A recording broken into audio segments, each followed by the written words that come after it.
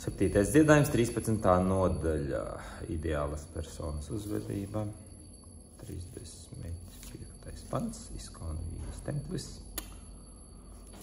22. gada 9. februārī.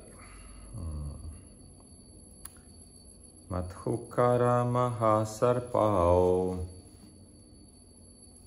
Lokesmino Guratamau, Vairyagyam Parishotam Cha Praptayach Chikshayavayam.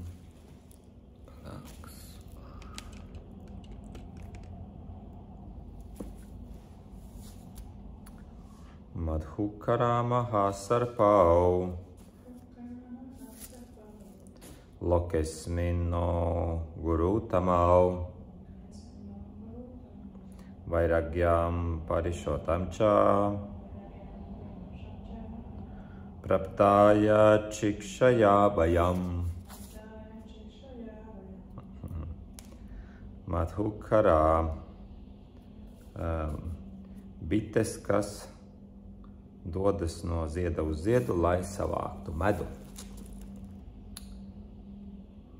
Mahasarpau, lielā čūska, pitons, kas nepārvietojas no vienas vietas uz otru. Lokē, pasaulē, asmin, šis, nā, mūsu, guru, garīgie skolotāji. Uttamau, pirmās klases, Vairyagyam, atsacīšanās. Paritosham Cha, un apmierinājums. Prāptā, sasniegts. Yatšikšajā, ar kura norādījumiem. Vājām, mēs.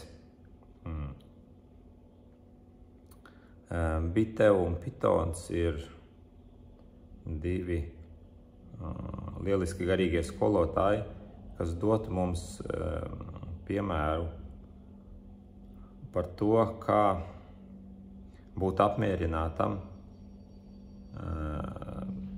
savācot tikai nedaudz, un kā palikt vienā vietā un nepārvietoties. Un nākamais pants. Virāgām sarvakām ebjām, šikšitome madūratā, kričripām maduvānvitām, hatvāpjanjo harepatim. No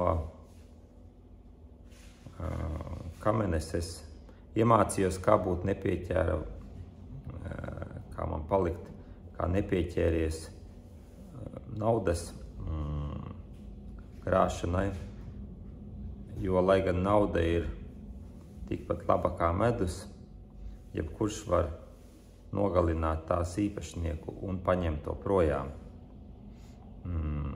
Skaidrojums.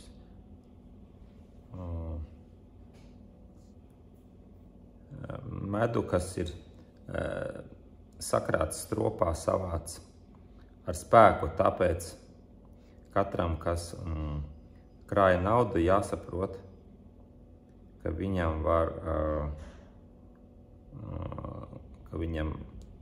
pakaļ pēc viņa dosies gan valdība, vai arī zagļi, un viņa ienaidnieki var nogalināt. Īpaši šajā Kalijugas laikmetā ir teikts, ka tā vietā, lai aizsargātu pilsoņu naudu, valdība pati ņems projām no cilvēkiem naudu ar likuma spēku. Tāpēc mācītie brāmani ir nolēmuši, tāpēc mācītais brāmans nolēma, ka viņš nekrās naudu. Cilvēkam vajag būt īpašumā tikai tik daudz, cik viņam ir nekavējoties nepieciešams. nav nepieciešamības būt lielai rezervei, jo kopā ar to nāk briesmas, ka to var nolaupīt vai nu valdība, vai nu zagļi.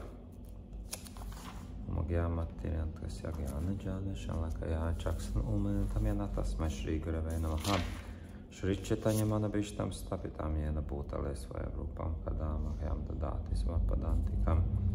Jai Shri Krishna Chaitanya Brahmo Nityananda Shri Advaita Gadadhara Shiva Sadigora Bhakta Vrinda. Hare Krishna, Krishna Krishna, Hare Hare. Hare Rama, Rama Rama, Hare Hare.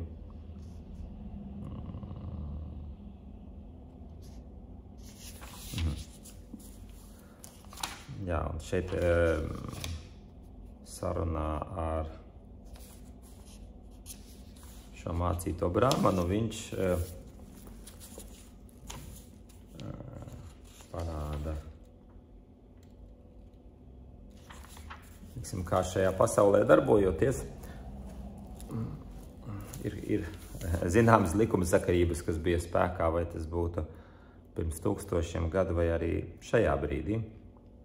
Un kā mums rīkoties šajā situācijā, kā šis izteiciens, ka šajā pasaulē tikai divas lietas ir neizbēgamas. Tas ir nāve un nodokļi. Un kas nozīmē to, ka kādā brīdī ejot uz priekšu laikam un bioloģiskiem procesiem, mūsu ķermenis neizbēgami zaudē savu spēju darboties, tā vai citādi. Lai kā nebūtu šī runa par, mēs tagad sapratīsim, kāds ir bioloģiskais pulkstenis, mēs viņu apstādināsim un mēs varēsim dzīvot mūžīgi. Teorētiski tas būtu iespējams, ja teiksim.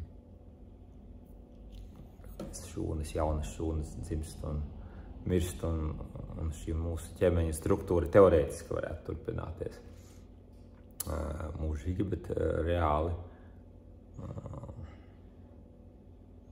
viss ir iebūvēts tādā veidā, ka tas nav iespējams, ka ķermenis viņš degradē un kaut kurā brīdī viņa pastāvēšana beigsies. Tāpat kā viss šajā pasaulē, laika zoba ietekmē, sākot no radījumiem, uz kuriem mēs varam raudzīties ar tādu no augšas, kāds kukainītis, kas varbūt nodzīvo dažas dienas, kā reizēm ir šie tropiskajā klimatā. Tas mēdz biežāk, bet arī reizēm Latvijā ir kaut kādi kukaiņu uzlidojumi tādi, ka pēkšņi no kaut kurienes parādās tur maivabolis. Katrs sastapies to pēkšņi. Pilns ar maivaboliem. Pa kuru laiku un kā viņas var savairoties tādā veidā, bet bariem viņas ir pavasarī, un tad pēc kādas dienas, divām viņas visas ir ķepiņām uz augšu un beigtas tā vai citādi. Vai kā viņas atnāk, tā viņas aiziet, un no mūsu viedokļa raugoties liekas ļoti tāds īss brītiņš, ko viņas dzīvo, bet mēs salīdzinoši kā cilvēks. Mēs daudzas tādas maivaboļu reizes esam redzējuši, bet no cita laika skalas viedokļa arī cilvēka dzīve ir ļoti īsa, kā tāda maivabolīte. Protams, vēdiskos rakstos ir runāts par šīm augstākajām planētām, kur laika plūsma relatīvi ir lēnāka kā pie mums salīdzinoši. Viens mūsu gads ir padievu diena. Attiecīgi šis ātrums ir daudz lēnāks laika ritēšanai. Vai arī mēs redzam šajā pasaulē kalni, dažādi kalni ir. Un arī kalniem ģeoloģi pateiks, ka viņiem ir kaut kāds pastāvēšanas ilgums. Kā Eiropā ir šie Alpi, ir jaunie kalni. Viņi ir stāvi milzīgas Alpu virsotnes, klintis un bet teiksim, Urāli, viņi skaitās kā vecie kalni, viņi jau ir attiecīgi jau laika zoba noēsti, un līdz ar to tur vairāk pieejami derīgi izrakteņi, bet šie kā skaitās veco ļaužu mājā kalniem Urāli būtu. Teiksim, par tādām it kā mūžīgi pastāvošām lietām, paskatoties uz to, mēs redzam, ka tas nav mūžīgi, arī tur ir kāds laika zobs. Tā kā šī neizbēgami mums tā vai citādi ir jāatzīst tas fakts, ka paies kāds laiks un mūsu ķermenis, un līdz ar to, protams, fundamentāli ķermenī aizies arī viss pārējais. Ķermenis jau valkais sevi visas mūsu attiecības. Pēc tam, kad mēs būsim projām no šī ķermeņa, visi mūsu draugi paliks šeit. Ja nu vienīgais tur jāsdosies to šķīvīšus ritināt, jā, un mēs kā spoks varēsim no kaut ko viņam pateikt no turienes. Diezgan šaubīga metodoloģija, bet reāli attiecības nav iespējams. Un, protams, mūsu radi, draugi, stāvoklis sabiedrībā, viss mūsu īpašums, viss pārējais, viss paliks. Viss paliks šeit. Un mums ar to vairs nekāda sakara nebūs. Tā kā tas ir šis fundamentāli viens no pamatprincipiem garīgajā dzīvē ir tā iekšēji patiesi to atzīt. Viena lieta mēs tā teorētiski to saprotam kaut kurā brīdī, un to grūti ir nesaprast, jo kurš to var noliegt. Mirstība ir 100% un nomirst visi, un neviens neuzdrošinās daudz maz tā nopietni pat tie, kas nodarbojas ar gerontoloģiju, šī zinātne, kas paildzinātu mūsu mūžu ilgumu, neviens neko nesola, absolūti nesola. Nav tā, ka jūsu dzīves laikā.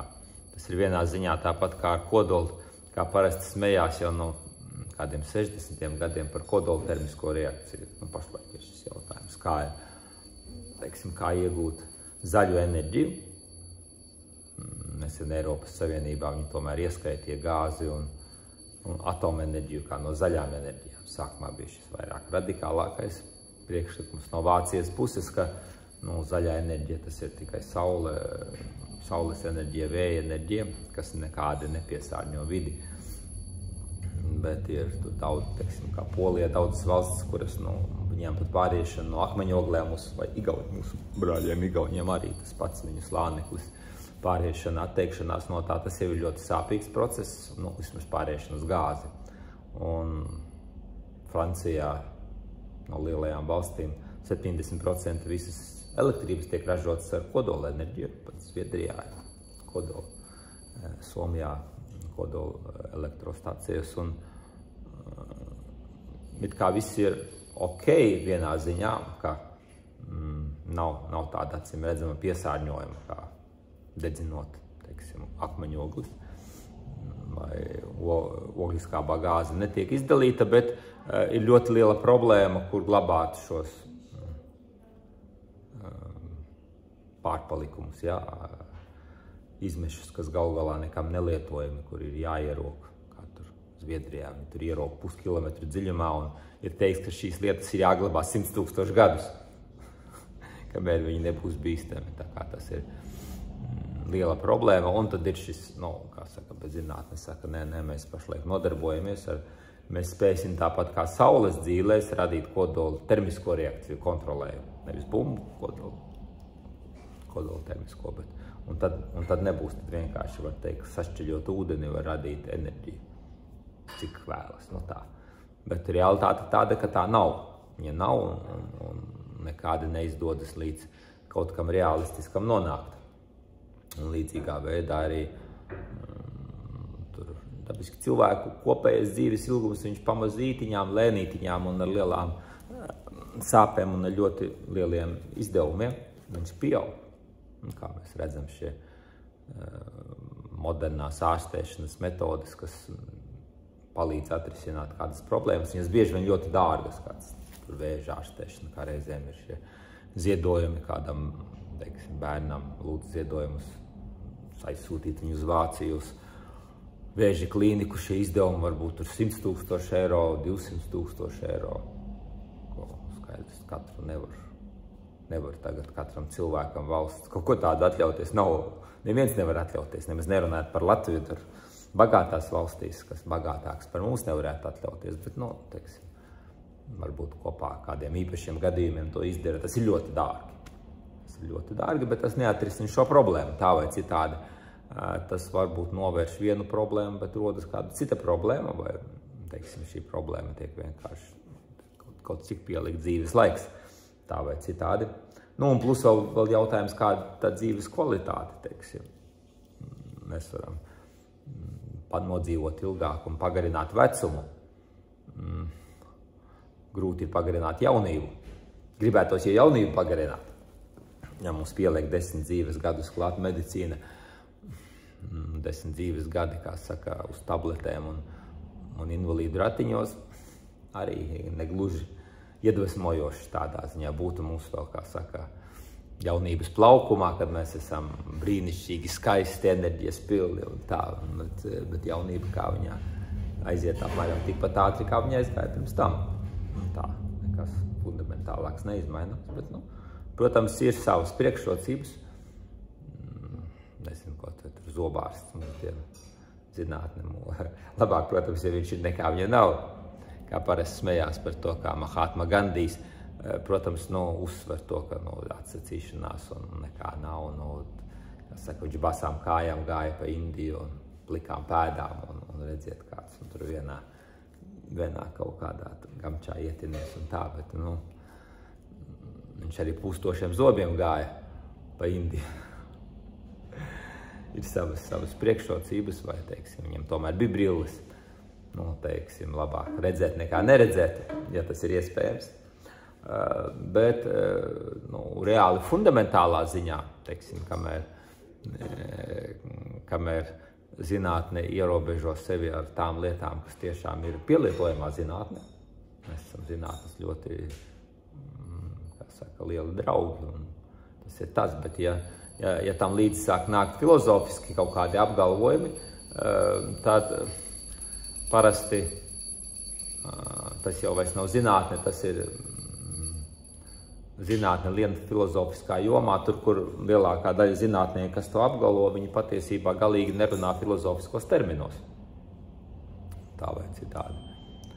Ka realitāte ir pietiekami afilozofiska, kā ir šis izteiciens, kā smējās parasti par tai brīdī, kad zinātne cenšas aptvert visu visumu, to skaitā arī to, par ko viņiem nav ne jausmas. Viņi saka, zinātnieki, viņi tikai lūdz, lai viņiem, kā saka, viss ir izpētīts un viss ir loģisks, tikai viņi lūdz vienu brīnumu. Zinātnieki mums noticēt vienam brīnumam. Un viens brīnums ir, ka viss ir radies ne no kā. Tāpēc jūs noticēsiet, ka viss ir radies ne no kā. Tad pārējo mēs tā vai citādi pierādīsim. Tas ir labs jautājums. Kā var viss rasties, kā vispār kaut kas var rasties ne no kā. Jo pēc valodas definīcijas viedokļa nekas ir nekas. Viņš ne uz ko nenorāda. Tas ir nekas, tas nav tukšums pat nekas, tas ir vispār nekas. Tad nav ne laika, ne telpas, un kā var no nekā rasties kaut kas. Bet pēc šī lielā sprādziena teorijas ir šī ideja, ka sākumā bija nekas. Bet kas tas?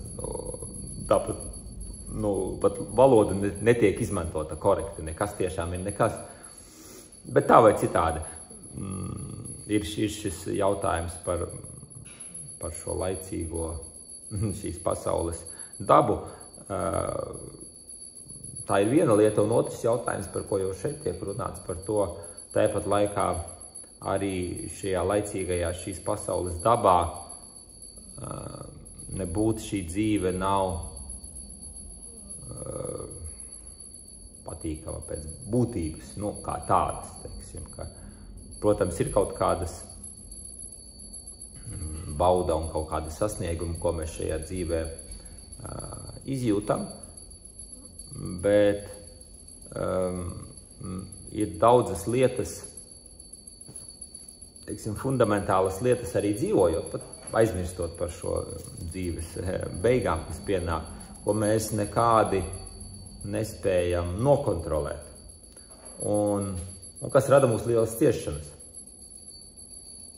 Un šeit viens no šiem jautājumiem ir tāds, ka ir šī nauda, tādā vai citā veidā, teiksim, nauda, bagātība. Veidiskā laikā tas varētu būt tur zelts un tā tālāk.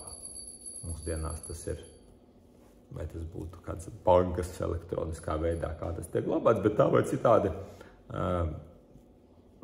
sabiedrība ir uzbūvēta tā, ka ir šī sociālā vienošanās, ka ir kaut kāds kritērijs, balstoties uz kura citi sabiedrības locekļi darīs mums to, ko mēs vēlamies. Un objektīvā problēma ir tāda, mēs esam atkarīgi no citiem. Ja mēs nebūtu atkarīgi no citiem, mēs varētu izdarīt paši, visu, ko mums arī nevajadzētu naudu. Mēs paši varam, mums kaut ko vajag, mums vajag ēdienu, mēs uzaudzējam ēdienu, mums vajag drēbes, mēs radām sev drēbes.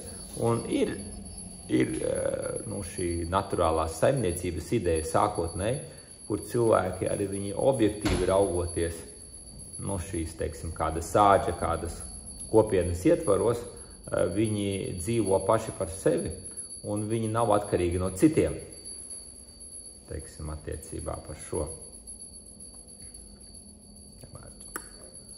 Говорим сейчас о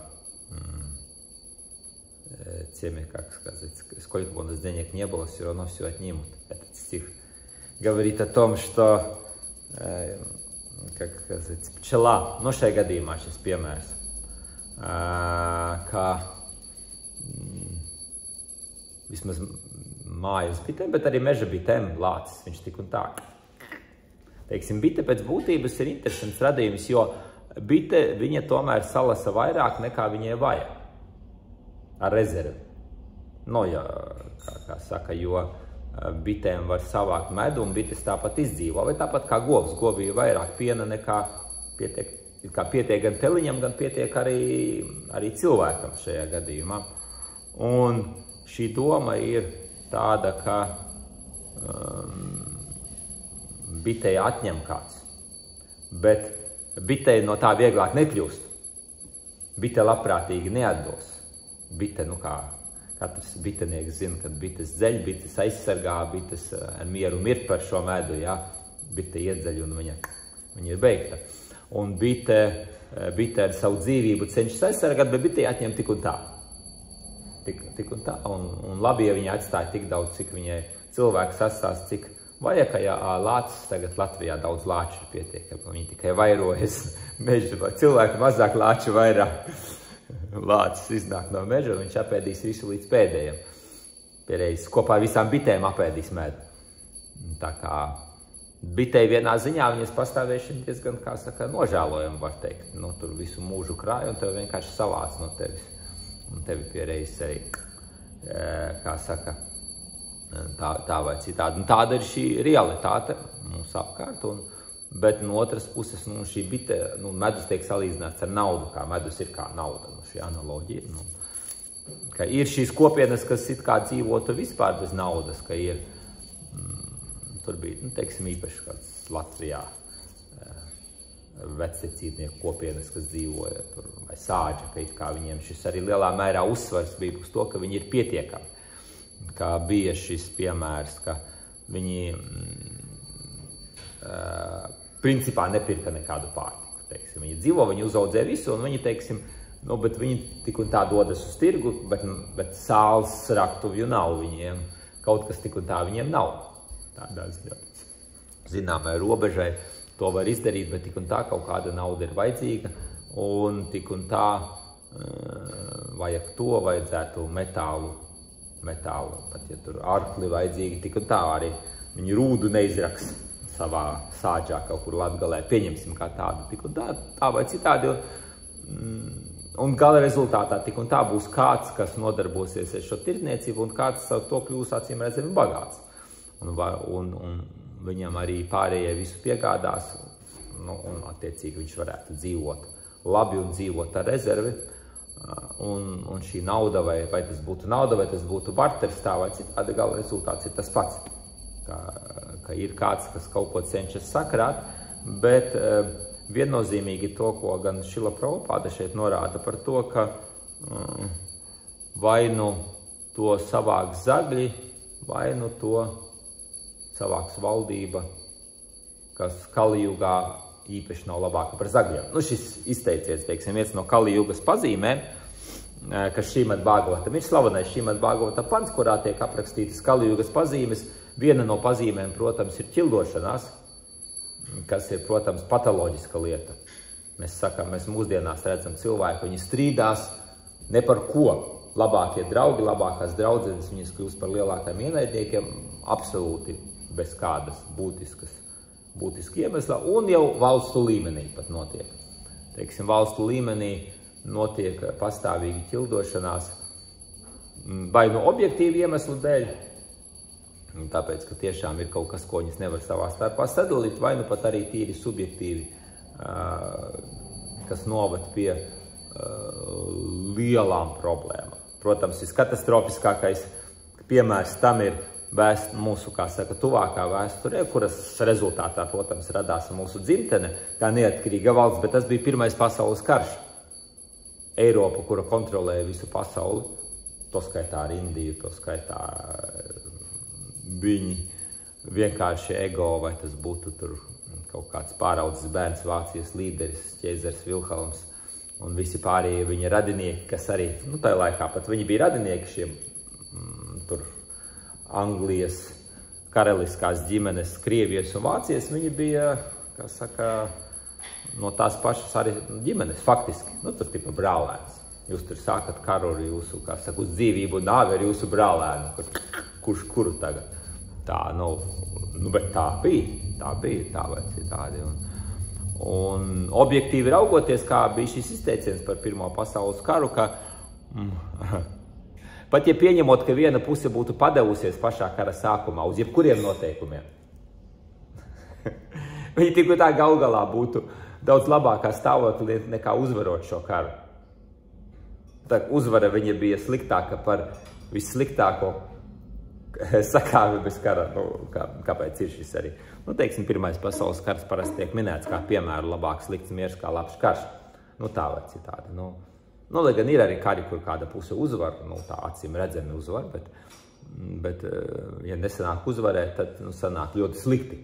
Nu, un tas ir ķildošanās piemērs tādā augstākā līmenī, nu, kas tur ir Krievija, Ukraina, NATO, Dievs vien zina. Nu, tādā ziņā neviens lāgā nevar paredzēt, kas tas īsti ir un kāds tam mērķis, un vai tas ir, kā saka, iebaidīšana, lai panāktu kaut ko, vai tas ir spēlēšana savu iekšēju auditoriju, lai, kā saka, parādītu, ka mēs cīnāmies par dzimtenes varenību. Nu, bet tā vai citādi tas ir piemērs ķildošanās. Un otrs piemērs, kas Šrimad Bhagavatam tiek minēts, ko noteikti visi ir dzirdējuši, par to, ka valdība kļūst tik slikta, ka cilvēkam vienā brīdī viņi mūk projām uz mežiem un kalniem. Nu, kur valdības garā roka netiek, tāpēc, ka valdība vienā brīdī viņa caur nodokļiem viņa savāc visu, tas, kas ir un tas, kas nav. Tā vai citādi. Aļākā, nu, protams, klasiskais, nu, vistrakākais piemērs tam ir Goladomor, nu, kā tas bija Ukraina 30. gadi, ka bija šie objektīvi Ukrainai. Ja kādam vajadzētu būt bagātākai valstī Eiropā, Ukrainai vajadzētu būt nevis tā kā Ukraina pašlaik, ka tur korumpēta, nabadzīga, tur trakā stāvoklī valsts, jo tur tiešām viss saup, tur ir milzīga lauksaimniecības, brīnišķīga zeme, tur ir labs klimats. Un tā, un šie ukraiņu zemnieki, viņi negribēja tur sekot padomju sistēmai, un vienkārši viņus izmērdēja badā. Bet izmērdēja tādā veidā, ka nevis viņus tur nogalināja kā tāda, bet vienkārši, nu, kā noveda līdz loģiskam absurdam to, ka valdība savāc nodokļus, vienkārši savāca visu. Teiksim, cik ir nodokļi? 100%, jā, visu, ko jūs nopelnat, jāsamaksā visu, un šajā gadījumā visu, ko jūs izaudzējat, līdz pēdējam gramam, visu savāc. Neatstājot tur sēklai un tā tālāk, un, protams, nu, un varu savācot vienkārši cilvēki mirst badā, jo nav jau ko ēst. Tiem, kuriem audzē, nav ko ēst. Tā vai citādi, tādi ir. Bet tā vai citādi, pat ja nenonāk līdz tik radikālai situācijai, protams, ka valdība nonākot finansu grūtībās, viņai jāvāc aizvien vairāk un vairāk. Vai objektīvi vai subjektīvi iemeslu dēļ. Kā Latvijā ir viens objektīvs iemesls, ko parasti viņu kāds piemin un atkal par aizmirst, bet nekur viņš neaiziet projām. To, ka cilvēku dzimst aizvien mazāk un pensionāri kļūst aizvien vairāk. Un šī visa pensijas sistēma, kura balstīta uz to, ka valdība no jums savāc naudu priekš pensijas, savāc ar varu. Vienā ziņā nav jau izvēles. Nav jau, neviens jau nedrīkst izvēlēties, ka es negribu, lai gan pensija relatīvi ir nesens izgudrojums. Bismarka laikā Vācijā viņa radās 19. gadsimta tikai noteikti beigu daļā. Pirms tam vispār nebija tāda jēdziens kā pensija. Bija ģimene, teiksim, un vienā ziņā, protams, ja nebūtu pensijas, būtu ģimenes un atrisinātos demografiskais jautājums. Var teikt tā, kā? Jo cilvēkam pirms tam, kamēr nebija šīs pensiju sistēmas, viņam vajadzēja paļauties uz bērniem, uz ģimeni. Un tad attiecīgi jāparūpējas, lai ir daudz bērnu, un jāparūpējas, lai tā ģimene turās kopā, jo izņemot ģimeni, neviens tevi neuzturēs. Pašlaik būtu jāuztur valstī. Bet ja man uztur valsts, tad man nav vajadzīgi īpaši bērni un ģimene. Neviens tā tiešā veidā to nesaka, bet praktiski katrs, it kā sanāk tā, ka tas, kurš ir bez daudz bērniem, viņš dzīvo labāk nekā tas, kuram ir bērni. Kāpēc tur mocīties ar bērniem, bet tik un tā gala rezultāts būs tas pats. Izaugs bērni, tīneģeri un tik un tā aizlaidīsies projām, un tik un tā tu būsi vecs un bez bērniem, vai tev bija vai nebija. Un tā valsts tev uzturēs, bet problēma ir tāda, ka gala rezultātā valstī tā kā bērnu kļūst aizvien mazāk, vienā brīdī kļūst aizvien vairāk un vairāk pensionāru, kurus nav skaidrs par ko uzturēt, jo nauda jau no viņiem ir paņemta. Dabiski, lai ko tur neapgalvot, viņi ir tā vai citādi vai notērēta vai paņemta kā garantija vai kaut ko tam līdzīgi, jo ja tā nauda būtu fiziski atlikta, tad jau nebūtu problēmas. Ja pensionāra nauda būtu atlikta, kāpēc kādam vajadzētu sūdzēties, ka jaunajiem jāuztur pensionāri? Jo nauda jau ir.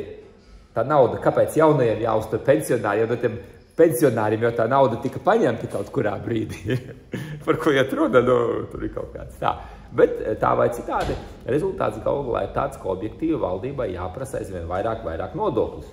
Jo nav jau šīs naudas, tā vai citādi. Tā kā tā tas darbojas, ka valdībai vai viņi to slikti menedžerē, vai viņiem vienkārši nav citas izējas, bet rezultāts ir tāds, ka galā, lai ko jūs sakrātu, valdība atņems. Un arī pašlaik jau tieši tas process notiek, it kā no vienas puses notiek šī žēlošanās, tas, kas notiek tieši šajā brīdī. Kāpēc ir pieaugušas tik daudz elektrības, gāzes, visam cenas? Šausmas, kaut kāda sliktā birža, kaut kādas sliktās cenas, bet, ja tā paraugās bišķiņ dziļāk, kaut kā jau tā sadrukātā nauda ir jāsadedzina. Visi šie palīdzības programmas un tā tālāk, tur atbalsts tam, Covid laika apstākļos. Tā nauda jau radās no kaut kurienes, Latvija dabūšo tur Eiropas atbalsta fonda naudu. Kaut kur jau viņa tika sadrugāta. Un, ja naudas ir daudz, vienīgais veids, kā viņu var sadedzināt, ir caur inflāciju. Viss maksā dārgāk, cilvēki maksā dārgāk, un tā, ka visi izdevumi un tā nauda viņa izdeg. Viņa pazūdīt, kas principā ir ok. Tas ir pat ok tiem, kur ir paņēmuši kaut kādus aizdevumus agrāk. Ja kāds ir paņēmis līzingu, viņam tagad ir labi laiki, visam pieaug cenas, algas pieaug, viņa reālais aizdevums ir mazāks. Bet ja kāds ir krājis, atkal atgriežoties šo pontu pie bites, tas nozīmē, ja tā nauda tiek atņemta. Smalkākā veidā, bet tik un tā tiek atņemta. Es krāju naudu, es sakrāju 1000 eiro. Un ja pašlaik viss kļūst dārgāks, no algas kļūst lielākas, man 200 eiro ir pazuduši. It kā ilūzija man ir, kā saka, ka man viņi ir, bet viņu nav. Viņu nav, jo vērtības te viņiem nav tādas, kā viņiem bija pirms tām. Tā kā, tā ir realitāte. Un kā šis svētais šajā gadījumā, ko viņš iesaka, viņš saka, tādos apstākļos tomēr nav jēga krāt vairāk kā vajag, jo tik un tā tas tā vai citādi aizpeldēs. It kā pietiks, var teikt, ka atstāt tik daudz, cik ir nepieciešams, bet tomēr ja sakrā ļoti daudz, tad rodas problēmas. Tad vai nu valdība atņems, vai nu būs kāds zaglis laupītājs, kas tad nenotiek šajā pasaulē bagātiem cilvēkiem. Bagātiem cilvēkiem vienā ziņā visdrausmīgākā dzīve ļoti bagātiem cilvēkiem. Viņam bērns vienu dienu laikā no skolas neatnāks, mamma jau šitāda, varbūt viņi nolaupījuši, tagad ausi atsūtīs. Manas meitenītes, ja, un pateiks, kā saka, miljonu vai viss, nu, tā notiek. Un ko viņai darīt? Nu, tādā ziņā, teiksim, ļoti bagātam cilvēkam viņam būtu tādas drausmīgas dilemmas dzīvē, kur viņš nezin, ko darīt. Nu, tādā ziņā. Tā kā, lai kā mēs mēģinātu spēlēt Dievu šajā pasaulē, caur to, ka mēs esam ļoti bagāti un mums kā Dievam visi kalpos, un tagad mēs būsim tādi, nesenāk. Un, teiksim, ja kādam ļoti dabiskā veidā, viņš tiešām kaut kāds ģeniāls cilvēks, un viņam tiešām nāk dabiskā veidā. Ja viņam nāk, tas ir labi, bet kopumā tas noteikti nav ieteikts kā mēģinājums būt laimīgam šajā pasaulē. Arī Krišna mums ir jābeidz.